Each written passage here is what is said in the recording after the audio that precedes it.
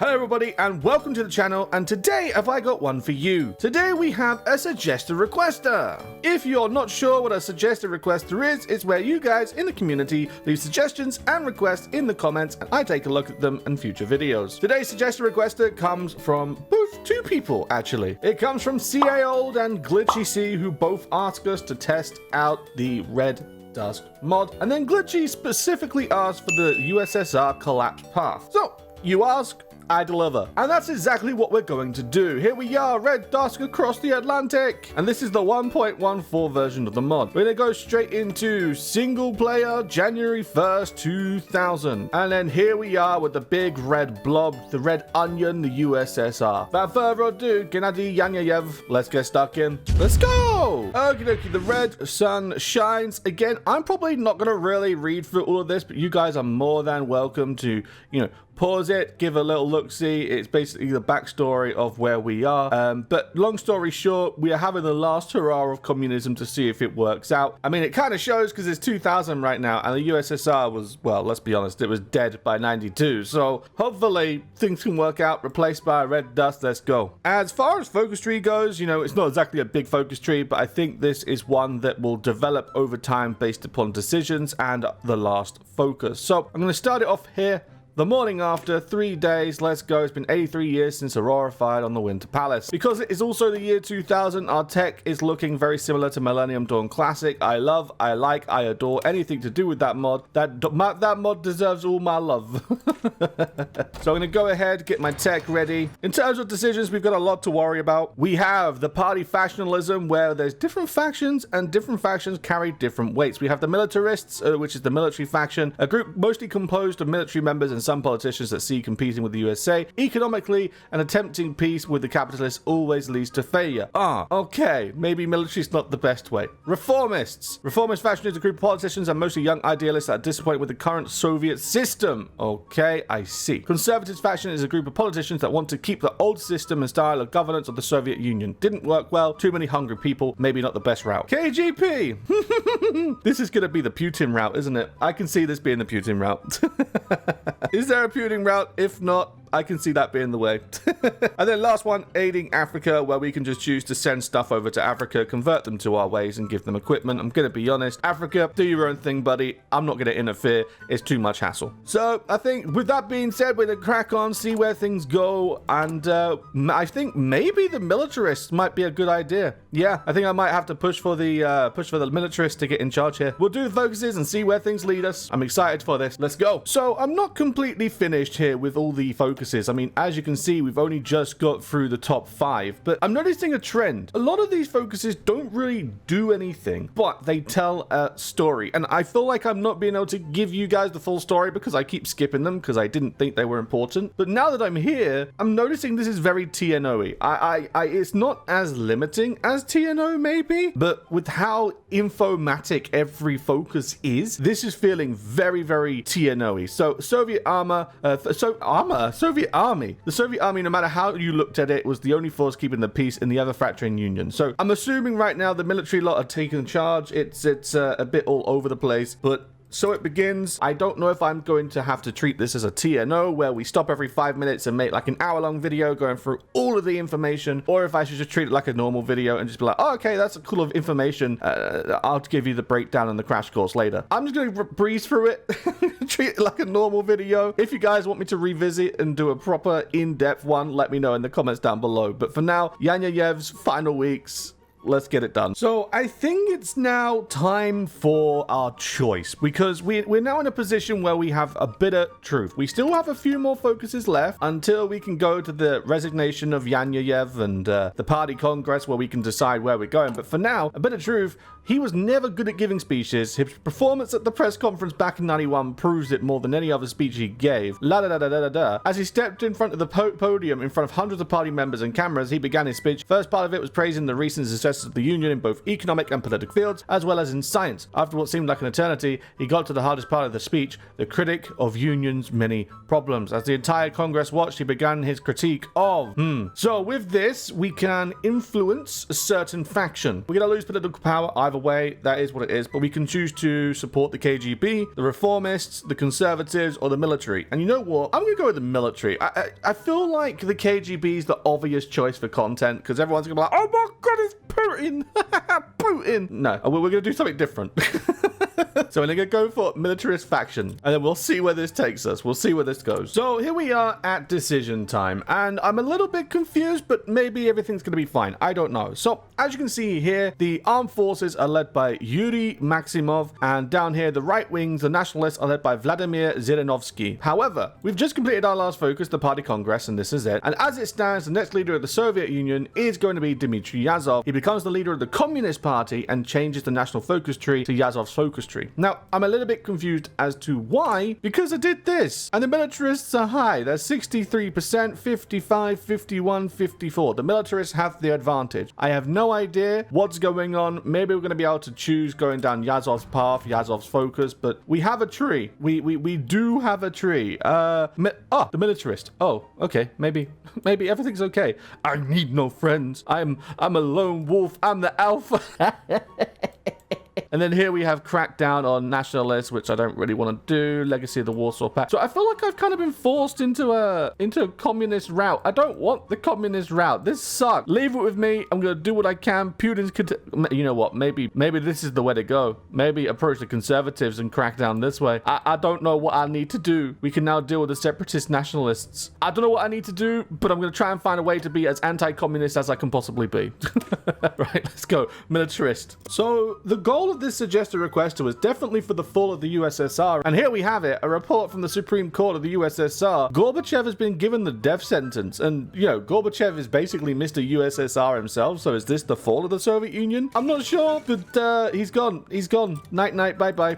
That's that. Marshall on the stage, and then I suppose if we go approach the conservatives, that kind of changes the way that the Union is. Maybe that will lead to a crackdown of the USSR. I'm not sure. I don't feel like this has gone the way I wanted it to go. I feel like I should have gone for the KGB. God damn it. It should have been Putin all along. So thanks for going through our focuses. We are now in a more clear position. We have finished pertinent matters and increasing the military spending. By doing this, we have now unlocked the industry tree and the military tree. Before I go ground pounding and cracking down on nationalism and expanding the world, I want to do a little bit of economy. I need my factories. You mean to tell me big bad mother Russia can only afford, what, 26 factories? Nah, that's not the case. America is going to be dominating the world. I mean, what? Britain have got Ken Livingstone, the socialist, in charge, who's a radical, so their economy is going to tank. The USA have got Al Gore in, and I'm pretty sure their economy is going pretty damn hard. So we need to follow suit. We need to level up. We need to get the ball rolling.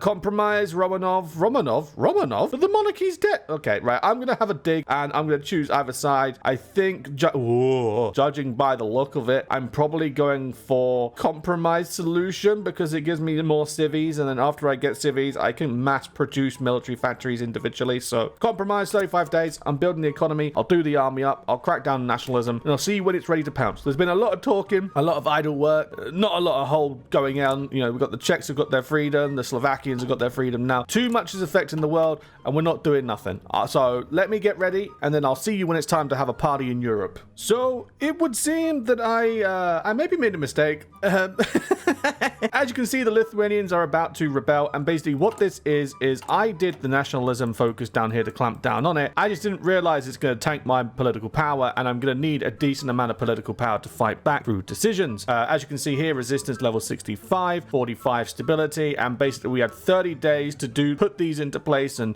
you know, up the stability, clamp down on resistance. Because I did none of that in 30 days, because I have no political power, the Lithuanians have risen up. Yeah, this is now a thing. We are now going to go charging into the fields of battle against the Lithuanians. I'm going to put them on max. Now, it shouldn't be an issue. Key term, shouldn't be an issue, and I will show you why. So, if we go up here to my national spirits and we come all the way over here, Soviet armed forces. Because I've completed my Air Force and my infantry trees or my army trees, we now have plus 10 for close attack. We now have 10 for speed, 20 for experience, 10 for experience, 10 for experience for air and naval. Division org plus 5, division attack plus 10, armor division attack 10, armor defense 10, ground attack 10. This is brilliant. This is absolutely fantastic, and it's only going to keep getting better. So with that being said, I'm going to move my troops onto the borders. When they are ready, they're going to attack. I do have nearly 3,000 worth of cast sitting here. I do need to rearrange my my air force a little bit, just a little bit. But I'll line it up so that everything kind of goes to plan, and we'll see where things go potentially in a minute. Hopefully only good places. Oh yeah, no, that's night and day. My god, the Soviet army is just different gravy. My armored core. My armored core. Oh, the Russian experience is amazing. And just like that, Lithuania has been converted. We're going to carry on moving through, and then I'm just going to put my focuses on or leave them empty until I can start collecting some, collecting some political power. Because right now I'm at 69 a day. Also, apparently I'm over-militarized. How am I over-militarized? Do tell me, boss man. I have 2,500 out of 4,000, 400 out of 600, and 7,000 out of 9,000. I am not over-militarized. What do you mean? Unless it means I'm 9,000 over 7,000 and 600 over 400. Am I? No. This is talking nonsense. This game. I tell you, it doesn't know its head from anything else. And it's finally time to get some action. Here we have a focus to do war plan Stalin. By enacting this in 14 days, we're going to declare war on Azerbaijan, Armenia, Estonia, and Latvia, which is in turn going to bring the states home. We're going to bring them back into the SSR. We're going to hopefully expand. 2 more days, let it tick. Bing, bang, bong. It's go time, baby. I'm going to put all my divisions that are in action, lock and load. They have air cover. Some of them don't even need the air cover because of how powerful the divisions are. This is crazy. I love this. I live for this. Let's go, baby. Oh, look at it. Look at it. It's fantastic. The sheer speed and power of these tanks. I am in love with this. Where is it? T90 MBT. I'm changing your name. I don't care. I can't change the name. Damn it. This thing is incredible. I love it. Latvia is gone. Estonia is about to go. These guys are about to fall apart too. This is brilliant. I love this. So as you can see, we have an event here in regards to the beloved Latvia. Latvia, a tragedy. I would love to read more of this, and I would like to take my time, but yeah, it's too big. What's left in Latvia is a pile of waste. There we go. Finally got rid of the event. It's too big. It's way too big. That's what she said. But with that being said, Estonia is now going to follow. I'm expecting a really big Estonia pop up. 1 in a minute for Azerbaijan, another one for Armenia. And then once this is all done, hopefully I can prepare slowly to take the fight to the west, because I'm pretty sure Europe is next on the chopping table. We're going to go after Romania, Hungary, Slovakia, Czech Republic, Republic of Poland. We're going to be spreading the red disease, I suppose. Is it disease? Nah. We are the Reds. We're not the disease. The West is the disease. Yeah, it's all de Gaulle's fault. And it's finally time. The red sun over Europe. The Politburo's deadline. As Soviet forces prepare to launch their massive offensive into Eastern Europe, the Politburo convenes in a tense, closed-door session. The motherland demands victory, not an endless war. This gives us some missions over here. Eastern European campaign, which means we have to basically control all of the Eastern European nations over here in this alliance. So Bulgaria, Romania, Hungary, Slovakia, and Poland, all within a year. If we don't, game over. If we lose Kiev, Minsk, and Wilno, game over. So we're going to have to lock in. We do have air superiority, I think. So we're just going to let it go and just let everyone run wild. These guys are in China, these guys are in China, and then these guys are over here as well. I'm gonna have to keep an eye on China as well, because they have just joined forces with North Korea to go after Taiwan, Japan, and South Korea. So that's gonna be, I think, maybe tomorrow's problem. But for now, let it be. Oh, look at that. With the air superiority, it is fantastic. Onwards, comrades, keep on marching. Oh, this is fantastic. Genuinely, they're falling like flies. My templates. I've not even touched the templates. I'm only using the Motostrek. Hold on. We're going to try Russian. Let's do it. Motostrekovaya Divizia. Oh, probably butchered that. And the Bronetankovaya Divizia. These two here. Look at this. Nothing special. Look at this. Nothing special. I mean, granted, 900 defense is pretty special, but with the tank division, 700. Okay, no, fair enough. 700 breakthrough is pretty special. Never mind, we're special. They gave us a deadline of a year. let's get it done in a couple of months. And just like that, things are looking pretty good. We finished the job. We literally did it within, what, a month? And they just all came crippling down. I took everything in the peace treaty. They automatically became puppets. And then as that happened, this happened, the crisis. We had like a giant economic collapse. Let me see if I can find something. There we go. Global supply chain disruption. Everything came crashing down. So whilst I wait for this lot to correct themselves, I'm just going to quickly get through this. I'm probably going to go... I think I'm probably going to go for compensate PR and talks with the public, wait it out so we can finish that, and then return over here to where we can do Warsaw Pact Reborn, and then slowly start to progress through this tree. It seems there's Czechia on the list, Yugos are on the list, the Scandis are on the list, and then after that, our Shining Union, Project Red Dusk, where we aid Mongolia, go after China, make sure the dragon collapses, and then we target America. Because what could go wrong? And it's finally time to move on to the next step. If we take a look here, the Czechoslovaks are now a puppet. They are communists, and we united the Czechs and the Slovakians back together. We played Jigsaw and we came out on top. Now the next available line for us is to go down the Finland and the Nordic route. It seems it's going to be take Finland by force, make them a puppet, then do this, which will, I don't know, justify something, and then after this we do a blockade on the Swedes. Now we don't go to war with them, we leave them alone, only blockade them financially. After that, something to do with Yugoslavia, which, you know what, will probably help the world more than anything, because right now they're just a syndicate. They are syndicates of Serbia and they are anarchists. Down here we have the Kosovo Liberation Army mixed with Macedonia, so no idea what's going on, and the flag is Albanian for whatever reason. The Albanians are chilling, the Montenegrins are chilling, and Bosnia is led by your favorite uncle who probably sells your apples on the market. For all intents and purposes, Serbia could probably use a bit of a makeover. So we're gonna go ahead, declare the war, like so, puppet focus, yes, I have my air supply, I have units with supply. These guys are gonna get down and dirty and hopefully finish the job with no problem. Yeah. So quick, so green, no issues at all. The Finns didn't stand a damn chance. Right, I'll get these guys, do these focuses, and then I will not show you anything more because I feel like I've shown you guys too much. And we're gonna wait till it's time for China. So I will see you when it's China time. Okay, and here we are with China. It's finally time for the war with China. We've already completed the focus that starts it all off against the Great Orient Giant. After this, hopefully, we're gonna have the demise of the Chinese nation. We're gonna go ahead and we're going to get all of our troops and enact them in battle. I really am hoping this is gonna go well. And in all honesty, I think I'm ready. I've got my aircraft all lined up. I've got everyone, you know, locked and loaded, ready to roll. It's just a matter of time to see whether or not it's actually going to go well. I do have some armies left over, but they are, you know, back in Europe, not really contributing much. I've got some on the back burner here in Afghanistan and some in Iran as well. So we're just going to have to wait and see. So without further ado, let's press play. And, oh, that's a lot of green, baby. There is no supply in the West, but my God, the Sino-Soviet War has just started. The end is nigh. The great nation of China will fumble themselves, and rather than be Maoist, they will become Soviets. They will become our ideology. They will become our ideology. They will become one with the Leninism, the Marxism, the Stalinism. Even better, no, they'll become one with the Yazovism. Yazovism. There we go. My God. Also, if you're looking at Korea and thinking it's a bit weird, yeah. So do you remember that war with Japan, Taiwan, and Korea versus China? China lost. And because of that, North Korea got ate by the South Koreans, and now they have a military administration. Don't ask questions. I don't know. I've only just noticed it myself.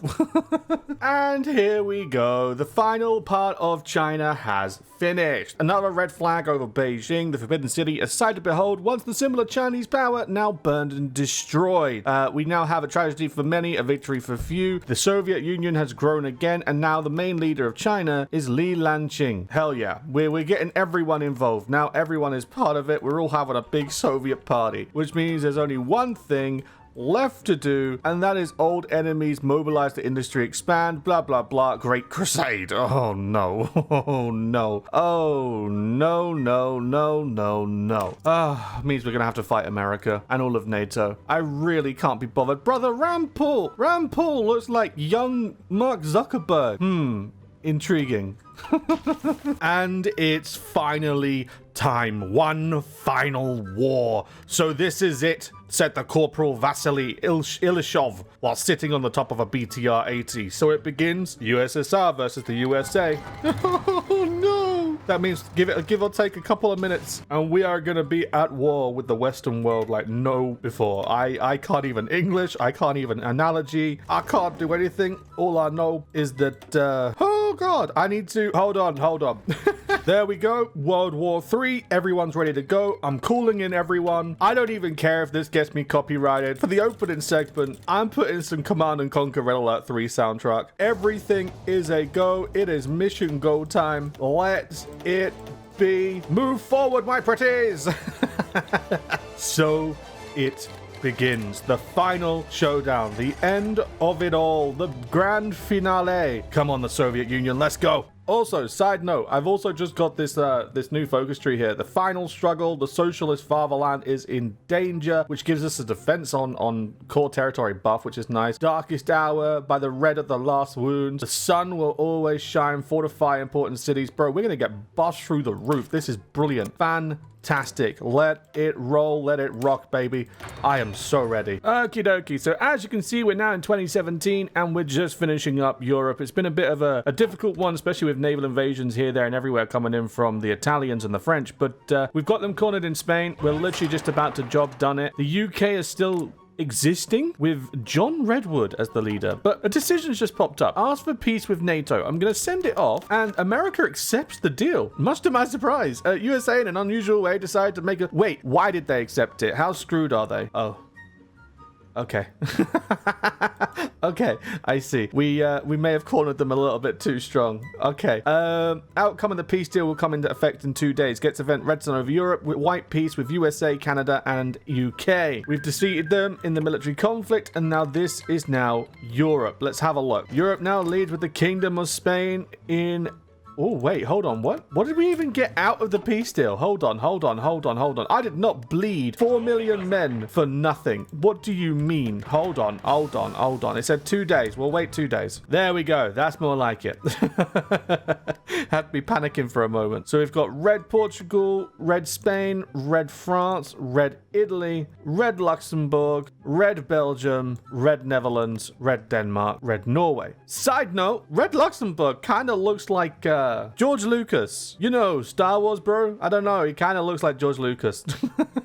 So with that being the case, I think that's job done. Yeah, Soviet victory in Europe. Europe runs red. Peace at what cost? And now we can do our last focus, the Union forever, which I think is the last focus of this campaign. So instead of skipping, I'll see you in a minute. And there we go, Marshall's grandest moment. It finally was that day, one which many in socialist world hoped to see, but never knew when it was going to come. When Marx and Engels wrote the first words of the manifesto, when Aurora fired from its guns on the Winter Palace, when the banner of victory was hoisted over the Reichstag, and when our tanks rolled through the streets of Moscow. Few really believed that the red banner of the working class was stretched from Pacific to Atlantic, but here we are. Truth be told, the United States still haven't been defeated, and the threat of their next move following the Soviet victory in Europe was still real. But for today, the socialists of the world could celebrate their hard-earned victory. I am ready. Thank you for playing Red Dusk. And there we have it. That's the end. Dmitry Yasov, our leader, our ending, our grand finale. We have done pretty damn good. I'm very, very happy with how this has gone. Granted, I did play like how many years? Let me go to play overview. Play overview, 17 years. I probably could have stopped at like the 12-year mark, but I deliberately stayed off camera to do a ton of building. I needed factories. I needed, you know, equipment. I had to make sure I had everything ready. So I went the extra mile and it paid off. But this was a fun suggestion. Thank you very much to the guys again for suggesting this mod. This is pretty much, I think this is my first real experience with Red Dusk, and you know what? I like it. I kind of like it. This was nice. I might come back to this. You guys let me know if you want me to come back to it. But for now, that's going to be everything for today. So thank you very much for watching. If you guys have enjoyed, don't forget to, of course, click the like button and or subscribe. Share me with friends to help the growth of the channel, all that fun stuff. And I'll see you guys in the next video I do. So until then, thank you very much. Have a good one, and I'll catch you in the next one. Ta-da!